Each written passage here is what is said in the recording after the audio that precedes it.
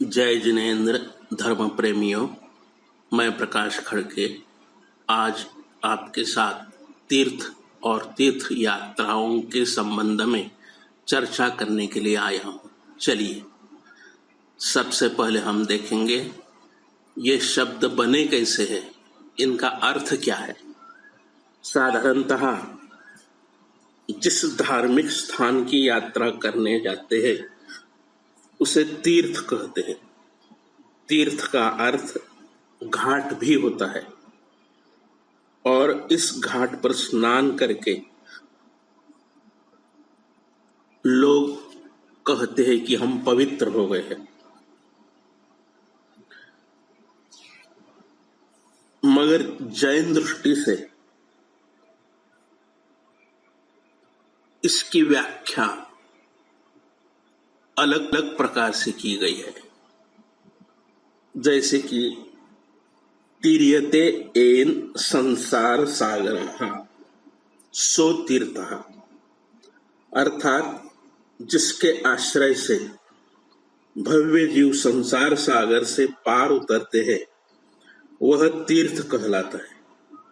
तीर्थ का अर्थ धर्म से भी लिया जाता है और इसीलिए तीर्थ या धर्म का प्रवर्तन करने वाले महापुरुष को तीर्थंकर कहते हैं।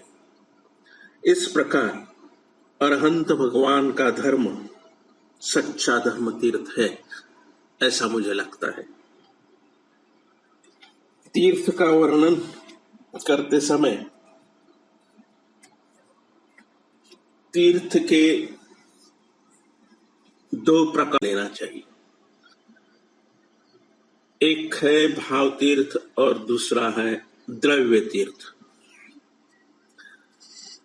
सम्यक दर्शन, सम्यक ज्ञान, सम्यक चारित्र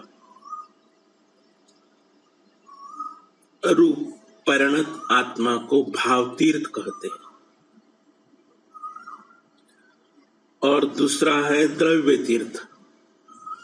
तीर्थंकर भगवंतों की पंच कल्याणक भूमियां, अन्य सिद्ध क्षेत्र आदि द्रव्य तीर्थ है। प्रत्येक धर्म में तीर्थों का प्रचलन है जो उनके महापुरुषों की किसी घटना से संबंधित होते हैं।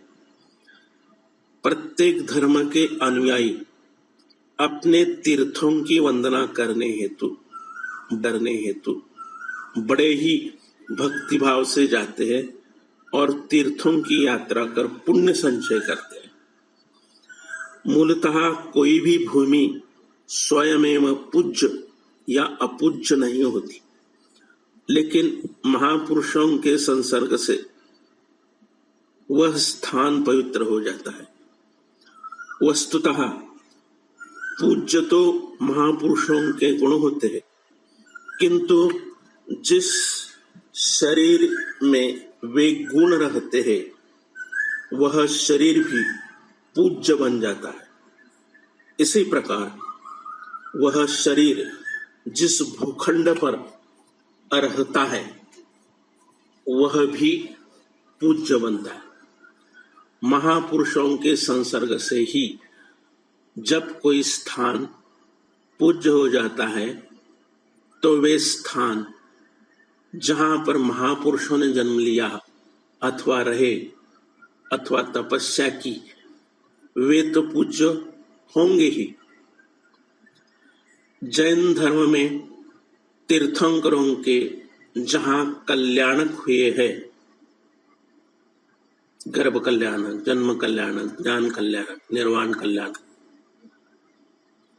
अथवा किसी वितरागी मुनि ने केवल ज्ञान या निर्वाण प्राप्त किया हो, अथवा जिस स्थान पर कोई अतिशय हुआ हो, वे सभी स्थान पूज्य है।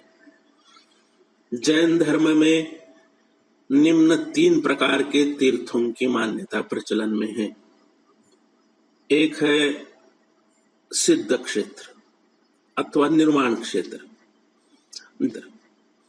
जिस स्थान से किसी तीर्थंकर अथवा तपस्वी मुनि का निर्वाण हुआ है वह स्थान निर्वाण स्थान सिद्ध क्षेत्र कहलाता है। जहाँ तीर्थंकरों का निर्वाण होता है वहाँ सौधर में इंद्र चिन्ह लगा देते हैं और भक्त लोग उसी स्थान पर उनके चरण स्थापित कर देते हैं। 24 तीर्थंकरों में से भगवान आदिनाथ, वासुपूज्य नेमिनाथ, महावीर स्वामी अलग स्थान पर निर्वाण को गए हैं। बाकी के 20 तीर्थंकर समेत शिखर से मोक्ष गए हैं। आप जान आदिनाथ भगवान कैलाश पर्वत से, वासुपूज्य जी चंपापुर से और नेमिनाथ गिरनार पर्वत से, भगवान महावीर पावापुरी से मोक्ष गए हैं। मांगी तुंगी, सोनगिरी आदि निर्वाण भूमियां है, यहां से भी करोड़ों मुनि मोक्ष गए हैं। दूसरा है कल्याण क्षेत्र, जहां किसी तीर्थंकर का गर्भ, जन्म, दीक्षा अथवा केवल ज्ञान हुआ है, वह कल्याण क्षेत्र कहा जाता है। जैसे कि अयोध्या, वाराणसी, हस्तिनापुर, शौर्यपुर। तीसरा तीर्थ क्षेत्र का नाम जहां किसी मंदिर या मूर्ति में चमत्कार दिखाई दे, वह अतिशय क्षेत्र कहलाता है। जैसे कि महावीर जी है, पद्म प्रभु जी है, तिजारा है, चमत्कार जी है। अब इन तीर्थ क्षेत्रों की यात्रा का उद्देश्य क्या होता है, उसके बारे में हम चर्चा करेंगे। प्रत्येक स्थान के वातावरण से वहां जाने वाले व्यक्ति के भाव प्रभावित होते हैं। जिस प्रकार जुआ घर में जाने से छल कपट के भाव हमारे मन में पनपते हैं, जन्म लेते हैं। वेश्यालय में जाने से हमारे मन में कामुक भाव जागृत होते हैं। अश्लील चित्रपट देखने से हमारे बीच राग भाव उभरते हैं। देशभक्ति के चलचित्र देखने से देशभक्ति के भाव जागृत होते हैं, खून खौल उठता है। उसी प्रकार तीर्थ स्थान पर जाने से त्याग, दान, सत्कर्म आदि के भाव यात्री के मन में स्वयमेव उत्पन्न होते हैं। जिन तीर्थ स्थलों पर महापुरुषों ने तप किया और ज्ञान दिया, जहां पर भक्तजन पूजा अर्चना मंत्रोच्चारण करते रहते हैं, वहां का वायुमंडल श्रद्धा, भक्ति और उत्तम प्रेरित करने वाला होता है। तीर्थ यात्रा का मुख्य उद्देश्य आत्म शुद्धि है। जिस प्रकार तेल साबुन से शरीर की शुद्धि होती है, इलायची सौंफ खाने से मुख की शुद्धि होती है, उसी प्रकार संतों का मानना है कि तीर्थ यात्रा से आत्म शुद्धि होती है। आत्मा के साथ लगे कर्मों का क्षय होता है, पुण्य का संग्रह होता है। किंतु यह बाह्य दृष्टि है।